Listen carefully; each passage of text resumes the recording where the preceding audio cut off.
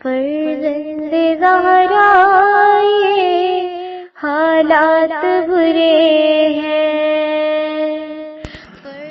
کاشانہ بصیرت ایک ایسا مکمل یوٹیوب چینل جس پر محروم بصارت کے لیے بالخصوص اور تمام افراد کے لیے بالعموم سینکڑوں کی تعداد میں اسلامی کتب دستیاب ہیں۔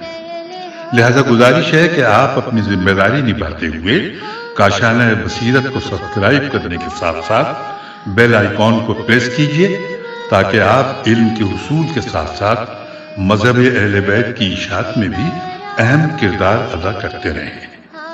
کاشانہ بصیرت۔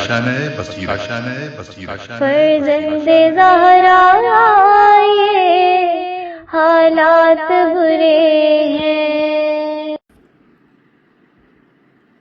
بسم اللہ الرحمن الرحیم۔ السلام علیکم سامعین، کاشانہ بصیرت کے یوٹیوب چینل پر ہم پڑھ رہے ہیں کتاب 250 سالہ انسان جلد سوم، جس میں تاریخ امامت کے 4 ادوار کا ذکر ہے۔ اس کے مؤلف ہیں آیت اللہ العظمیٰ سید علی خامنائی، مترجم سید کوثر عباس موسوی، اور ریڈنگ کا یہ پارٹ نمبر 58 ہے۔ کتاب کے صفحہ نمبر 507 پر ہم جس عنوان سے ریڈنگ کا آغاز کرنے جا رہے ہیں وہ ہے عاشورہ۔ یہ کل 24 صفحات پر مشتمل ہے، یعنی کہ 3 نشستوں میں یہ مکمل ہو جائے گا۔ جیسا کہ میں نے آپ کو بتایا تھا کہ یہ جو کتاب ہے اس میں بہت چھوٹا باریک لکھائی ہے، اس لیے عموماً ہم 10-12 صفحات ایک نشست میں پڑھ لیتے ہیں، لیکن اس کتاب کے جو صفحات ہیں وہ 8 یا 9، اس سے زیادہ پڑھنا مشکل ہوتے ہیں، اس سے یعنی 30 اور 35 منٹس میں۔ تو چلیے ریڈنگ کا باقاعدہ آغاز کرتے ہیں۔ عاشورہ، ریڈنگ کا پارٹ 58۔ لکھا ہے کہ امام حسین علیہ السلام کربلا میں جنگی ساز و سامان کے ساتھ نہیں آئے تھے۔ جو شخص محاذ جنگ پر جاتا ہے اسے جاں بازوں کی ضرورت ہوتی ہے، لیکن امام حسین علیہ السلام تو خواتین اور بچوں کو اپنے ہمراہ لائے تھے۔ اس کا یہ مطلب ہے کہ امام حسین علیہ السلام چاہتے تھے کہ یہاں پر ایک ایسا حادثہ رونما ہو جائے جو پوری تاریخ میں مسلسل بنی نوع انسان کی توجہ اپنی طرف مبذول کراتا رہے، تاکہ امام حسین علیہ السلام کے کام کی عظمت کا پتہ چل سکے۔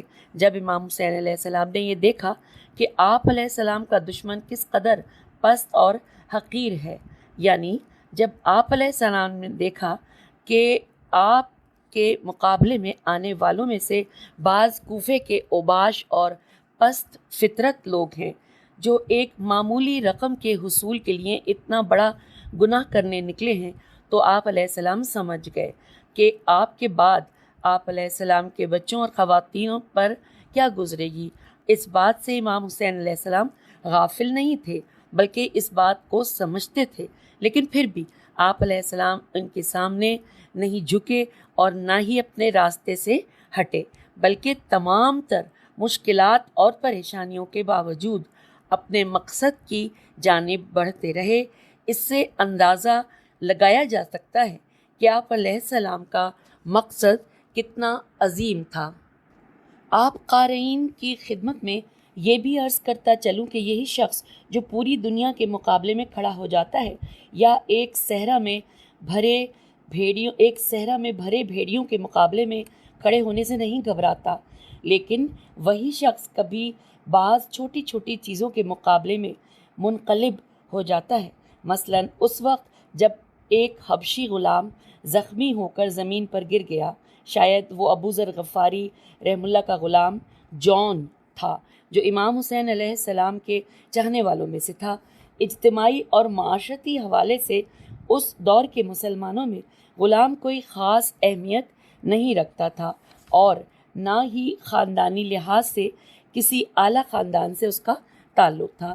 عاشور کے دن کربلا کے میدان میں امام حسین علیہ السلام کے رکاب میں بڑے بڑے لوگوں نے اپنی جانوں کے نذرانے پیش کیے، جیسے حبیب ابن مظاہر رضی اللہ، زہیر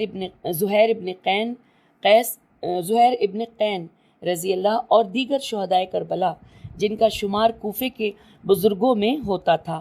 ان میں سے کسی کی بھی شہادت پر امام حسین علیہ السلام نے ایسا رد عمل ظاہر نہیں کیا تھا جو رد عمل اس حبشی غلام کی شہادت پر دکھایا۔ جب مسلم بن اوسجہ زخمی ہو کر زمین پر گر پڑے تو آپ علیہ السلام نے مسلم بن اوسجہ سے مخاطب ہو کر کہا کہ انشاءاللہ تم اللہ تعالیٰ سے اس کا اجر پاؤ گے۔ لیکن یہ حبشی غلام جس کی نہ کوئی اولاد ہے اور نہ ہی اس پر رونے والا کوئی رشتہ دار، جب گرتا ہے تو امام حسین علیہ السلام آگے بڑھتے ہیں اور اس غلام کے ساتھ وہی کچھ کرتے ہیں جو آپ نے حضرت علی اکبر علیہ السلام کے ساتھ کیا، یعنی امام حسین علیہ السلام اس غلام کے سرہانے زمین پر بیٹھ گئے اور اس کے خون آلودہ سر کو اپنے زانوں پر رکھا، اور لیکن امام علیہ السلام کے دل کو اب بھی سکون نہیں ملا، اور سب نے یہ منظر سب نے دیکھا کہ ایک مرتبہ امام علی مقام علیہ السلام نے اپنے چہرے مبارک کو جون کے خون آلود چہرے پر رکھا۔ یوں انسانی ہمدردی اور احساس کا ایک عجیب منظر سامنے آ گیا۔ اب میں یہاں پر واقع کربلا کے چند پہلوؤں کی طرف اشارہ کرنے کے بعد مصائب کے چند جملے بیان کرنا چاہتا ہوں۔ ایک شخص جس کا نام عبداللہ بن عمیر کلبی کہ جس کا تعلق قبیلہ بنی کلب سے تھا، اور اس کا امام حسین علیہ السلام یا اہل بیت علیہ السلام کے ساتھ کوئی قریبی تعلق تو نہیں تھا، اپنی بیوی کہ جس کی کنیت ام وہب تھی، اس کے ساتھ کوفہ پہنچ گیا تو کیا دیکھا کہ کوفے کے قریب نخیلہ نامی جگہ پر ایک لشکر تیار کیا جا رہا ہے تاکہ جنگ کے لیے روانہ کیا جا سکے۔ یہ دیکھ کر اسے تعجب ہونے لگا کہ یہ کیا ہو رہا ہے، کس کے ساتھ جنگ کی تیاری کی جا رہی ہے۔ اس نے آگے بڑھ کر پوچھا کہ یہ کس کے ساتھ جنگ کی تیاری کی جا رہی ہے۔ کہا گیا کہ یہ حسین ابن علی علیہ السلام کے ساتھ جنگ کے لیے روانگی کی تیاری کی جا رہی ہے تاکہ ان کا راستہ روکا جا سکے۔ یہ سننا تھا کہ وہ ہل کر رہ گیا اور اپنے آپ سے کہنے لگا کہ ایک عرصے سے راہ خدا میں جہاد کا شوق تھا، لیکن آج مجھے احساس ہو رہا ہے کہ کفار کے ساتھ جہاد سے بھی زیادہ ان لوگوں کے ساتھ جہاد کرنا ضروری ہے کہ جو نواسۂ رسول صلی اللہ علیہ وآلہ وسلم اور جگر گوشہ علی بطول کے ساتھ جنگ کا ارادہ رکھتے ہیں۔ وہ اپنی بیوی کے پاس گیا اور کہا کہ میں حسین ابن علی علیہ السلام کی نصرت کے لیے جانا چاہتا ہوں۔ اس کی بیوی ام وہب نے اسے مرحبا کہتے ہوئے اس کی حوصلہ افزائی کی اور کہا کہ خدا تجھے جزائے خیر عنایت کرے اور درست عقائد کی ہدایت فرمائے، تم یہ کام ضرور کرو، لیکن میں چاہتی ہوں کہ مجھے بھی اپنے ہمراہ لے جاؤ۔ یہ دونوں میاں بیوی راتوں رات کوفے سے نکل گئے اور انجان راستوں سے ہوتے ہوئے کربلا کے مقام پر امام حسین علیہ السلام کے قافلے سے جا ملے اور عاشور تک امام حسین علیہ السلام کے ہمراہ موجود رہے۔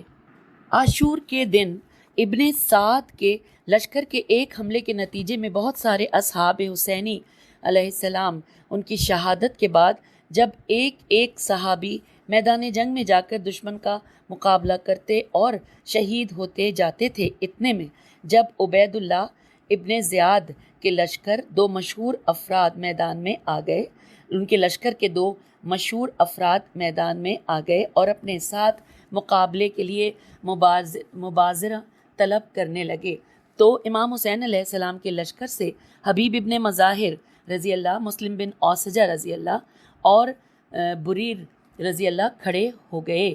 امام حسین علیہ السلام نے فرمایا آپ لوگ بیٹھ جائیں۔